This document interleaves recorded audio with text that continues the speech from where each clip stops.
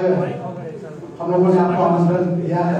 हम लोगों को पता है कि आप लोग सभी व्यस्त हैं कहीं ना कहीं, तो आज के इस प्रमुख प्रेस वार्ता में अपने बीच में अपनी बातों को रखेंगे पार्टी के प्रदेश उपाध्यक्ष और झारखंड सरकार में पूर्व मंत्री रहे और भागलपुर के माननीय विधायक श्री भानु प्रताप शाही जी, उनका इस मंच पर मैं स्वागत अभिनंदन जोहार करता हूँ। साथ में उपस्थित पार्टी की प्रदेश प्रवक्ता सुश्री राफिया नाथ जी उपस्थित है, मैं उनका स्वागत अभिनंदन जोहार करता हूँ और मैं आदरणीय भानु प्रताप शाही जी से आग्रह करता हूँ कि आप इस प्रेस वार्ता में अपनी बातों को रखें।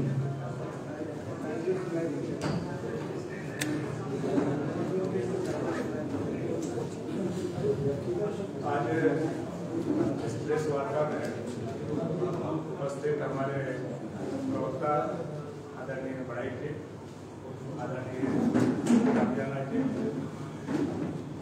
और उपस्थित हमारे पत्रकार में आप सभी को सबसे पहले होली की ढेर सारी शुभकामनाएं, बधाई। प्रदेशवासियों को होली की ढेर सारी शुभकामनाएं और बधाई। साथ में मोदी परिवार को होली की ढेर सारी शुभकामनाएं। आज जो महत्वपूर्ण विषय लेकर के हम लोग यहाँ आए हुए हैं और आप लोगों को जो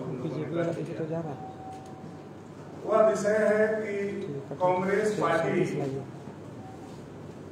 देश से लेकर के प्रदेश तक अपनी छाती को पीट रही है और चिल्ला करके यह बात बताने का काम कर रही है कि हमारे अकाउंट फ्रीज कर दिए गए, हमारे साथ शोषण हो रहा है, लोकतंत्र की हत्या हो रही है। यह विषय 2021 का है, जब इनकम टैक्स ने कांग्रेस पर पेनाल्टी लगाया 115 करोड़ रुपए। उसके एवज में कांग्रेस पार्टी ने 2.5 करोड़ रुपए टैक्स के रूप में भी चुकाने का काम। अगर उस समय गलती इनकम टैक्स किया होगा या कांग्रेस के ऐसा संज्ञान में था, तो उस समय उन्होंने क्यों लोकतंत्र की हत्या की बात नहीं कही, क्यों मीडिया में नहीं गए, क्यों देश के सामने बताने का काम नहीं किया। और जहां 20% पैसा उनको चुकाना था, ट्रिब्यूनल में वो गए, वहां मुकदमा हारते हैं, वो न्यायालय में गए, वहां मुकदमा हारते हैं, और उसके बाद जो उनका 115 करोड़ का टैक्स लायबिलिटी था वो बढ़ करके 135 करोड़ रुपया हो जाता है। फरवरी 2024 में उनको नोटिस जाती है। नोटिस के तामीला वो करते हैं लेकिन टैक्स की पेमेंट वो नहीं करते। बाद में वो जो 135 करोड़ रुपए उन पर लायबिलिटी था, इनकम टैक्स अपने नियम के मुताबिक उसको फ्रीज करने का काम करता है। तब इनको चुनाव याद आता है कि चुनाव के समय में ऐसा किया गया। यह विषय 2021 का है, उस समय के पेनाल्टी का विषय है। आपने 2.5 करोड़ रुपया क्यों भरा, और आपने यह भी कहा था कि 20% राशि मैं उसको भर दूंगा। अगर आप उस समय 20% राशि भर चुके होते तो आज शायद आपका जो 135 करोड़ रुपए के लिए अकाउंट फ्रीज हुआ है वो नहीं होता। दूसरी बात इसमें जो जानने वाली आप लोगों के काफी जरूरी है कि कांग्रेस पार्टी का अकाउंट नहीं फ्रीज किया गया। यह बिल्कुल असत्य है, यह बिल्कुल बेबुनियाद है और झूठा आरोप है। कांग्रेस पार्टी के कई अकाउंट हैं। ये तो मुझे लगता है कि हमारे पार्टी को भी इस पर और प्रमुखता से, प्रखरता से पूरे देश में अभियान चलाना चाहिए और कांग्रेस के खिलाफ तो 420 का इल्जाम बनता है और उन पर वो केस चलना चाहिए। कई अकाउंट हैं, उसमें मात्र 135 करोड़ रुपए फ्रीज किए गए हैं और ये बोलते हैं कि हमारा पूरा अकाउंट बंद कर दिया गया, अब हम चुनाव कैसे लड़ेंगे, हमारे पास ट्रेन का किराया नहीं है, हमारे पास प्लेन का किराया नहीं है। वहीं इनके जो नेता हैं राहुल गांधी जी, वो चार्टर प्लेन से चलते और अखबार मीडिया के मुताबिक ही जो हम लोगों के पास सोर्स है वो बताते हैं कि कांग्रेस के पास आज भी 1000 करोड़ रुपया से अधिक उनके अकाउंट में पड़े हुए हैं जो फ्रीज नहीं है, जो खाता संचालित हो रहे हैं। ये कांग्रेस झूठा आरोप लगा करके जो सिंपैथी गेन करना चाहती है, सहानुभूति लेना चाहती है, उसका पर्दाफाश करने के लिए आज हम लोग यहाँ आए हुए हैं। कांग्रेस पहले देश को लूटा, अब चुनाव में अपनी हार को देखते हुए वो इनकम टैक्स पर, कभी ईडी पर, कभी सीबीआई पर ठिकरा फोड़ने का काम कर रहा है। यानी वो पहले ही हार मान चुका है। चुनाव से पहले ही जो हमारे रिजल्ट हैं वो तो 4 जून को आएंगे, लेकिन कांग्रेस अभी से विधवा विलाप शुरू कर दिया है हारने का। कभी इल्जाम ईवीएम पर, कभी इनकम टैक्स पर, कभी सीबीआई पर और कभी ईडी पर। तो इसका मतलब ये है कि कांग्रेस हार मान चुकी है, इंडिया अलायंस हार मान चुका है।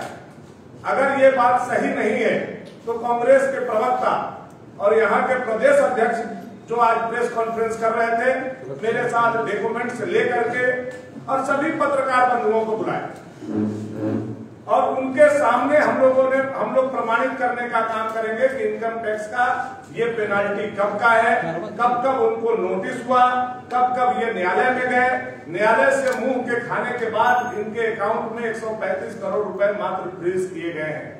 लेकिन ये सहानुभूति लेने के लिए जो विधवा विलाप कर रहे हैं, इससे कुछ होने जाने वाला नहीं है। देश की जनता कांग्रेस को भली भांति जानती है, उनका चरित्र क्या है, वो कैसे चुनाव के समय में रोते हैं, गिलगिलाते हैं और किस पर आरोप लगाते हैं। आप जब कर्नाटक जीतते हैं तो ईवीएम सही हो जाती है, जब हिमाचल जीतते हैं तो ईवीएम सही हो जाती है, लेकिन हम जब मध्य प्रदेश जीतते हैं, हम जब उत्तराखंड जीतते हैं, हम जब राजस्थान जीतते हैं तो ईवीएम खराब हो जाती है। ये दोहरा मापदंड कांग्रेस का बराबर सामने आने का काम करता है। इसलिए अब पूरे देश के 140 करोड़ जनता के मन से यह कांग्रेस पार्टी उतर चुकी है। अब आने वाला समय में मुझे लगता है 4 जून को कांग्रेस मुक्त भारत का जो निर्माण का सपना आदरणीय मोदी जी ने देखा था वह होने वाला है। इसी निमित्त आज यह प्रेस कॉन्फ्रेंस हम लोगों ने बुलाया है। बहुत बहुत धन्यवाद। सर एक सवाल है, अभी आपने क्योंकि प्रदेश अध्यक्ष का बात रखा उसी पे कि उन्होंने ये सीधा आरोप आप लोगों पर लगाया कि इलेक्ट्रोल बॉन्ड पे जो कंपनी ने आपको चंदा दिया उसको आप लोग सीधे तौर पे ठेका दिया। देखिए, इलेक्ट्रोल बॉन्ड का मामला सुप्रीम कोर्ट के 5 जजों के बेंच के बीच में सबजुडिस है। न्यायालय का किसी भी तरह का कोई निर्देश प्राप्त नहीं, और आप और हम एक जिम्मेवार पत्रकार और जनप्रतिनिधि होने के नाते इस बात को जानते हैं कि जब मामला सबजुडिस होता है वैसे विषय पर अपने वक्तव्य को रखना, अपनी बातों को रखना उचित नहीं है। फिर भी आप 20,000 करोड़ रुपए का जो आया है रिपोर्ट आप ही लोगों के माध्यम से आप लोग देखने का काम कीजिए कि 20,000 करोड़ रुपए में 14,000 करोड़ रुपए ये इंडी अलायंस के लोगों के पास कहीं न कहीं चंदा के रूप में किया है। अब बताइए, 19 करोड़ के सदस्यता वाला यह विशाल पार्टी भारतीय जनता पार्टी, जिसके विश्व में सबसे अधिक सदस्य हैं, उस पार्टी के पाले में मात्र 6,000 करोड़ रुपया आया। आप उस पर छाती पीट रहे हैं और आपका जो संख्या है 200 सांसदों के आसपास संख्या है, आप 14,000 करोड़ रुपया उसी इलेक्ट्रोल बॉन्ड से लेते हो। तो नैतिकता के आधार पर आपको बोलने का हक नहीं है और हमारे राजेश ठाकुर जी को भी बोलने का हक है। ये थोड़ा आंकड़े में वो कह रहे हैं कि 235 करोड़ रुपए खरीद हो गए। दूसरी बात आप कह रहे हैं कि 6,000 करोड़ रुपए आप लोगों को मिले, जो आंकड़े आए हैं 16,000 में से 8,200 समथिंग करोड़ का है, डिफर कर रहा है। नहीं, देखिए, हम लोग को जो जानकारी है इनकम टैक्स ने जो उनको पेनाल्टी लगाया है वो 135 करोड़। अच्छा सर, इसमें हम जो 105 करोड़ का पेनाल्टी था, इंटरेस्ट उन्होंने नहीं चुकाया, वो इंटरेस्ट जोड़ करके 135 करोड़ रुपया हुआ है, जिसमें 2.5 करोड़ रुपया ये लोगों ने पेमेंट भी किया है। ये 2021 की बात है और उसके बाद चूंकि इन लोगों ने पेमेंट नहीं किया तो पेनाल्टी बढ़ा है और 135 करोड़ रुपया हुआ है, जिसके चलते इनके खाते से जो 1,000 करोड़ रुपया का डिफरेंट अकाउंट है उस अकाउंट से मात्र 135 करोड़ रुपए रोके गए, उनका अकाउंट फ्रीज नहीं है। ये उनका झूठ बोलना। अच्छा सर, ये बताइए कि 13 ये जो धारा है उसके तहत राजनीतिक दलों को इनकम टैक्स से छूट मिली है कि नहीं?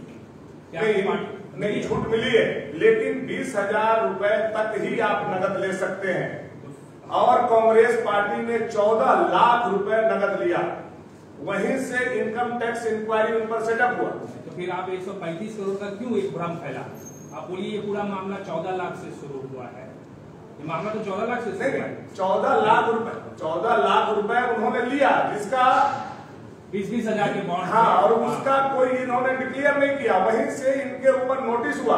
तो फिर ये 105 और 135 आप पहले समझिए, 2 बार कांग्रेस पार्टी को नोटिस हुआ। एक बार 2018 में 17-18 में हुआ। 17-18 उसके बाद उन लोगों ने वो पेनाल्टी को मिट किया, पेनाल्टी भर दिया।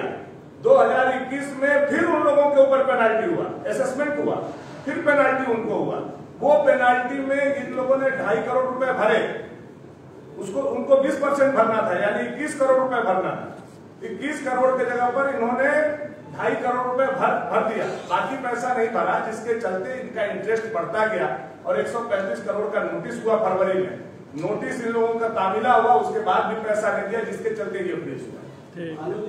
कांग्रेस पार्टी तो सवाल कर रही है, दरअसल ये सारा कुछ समय पे डिपेंड कर रहा है।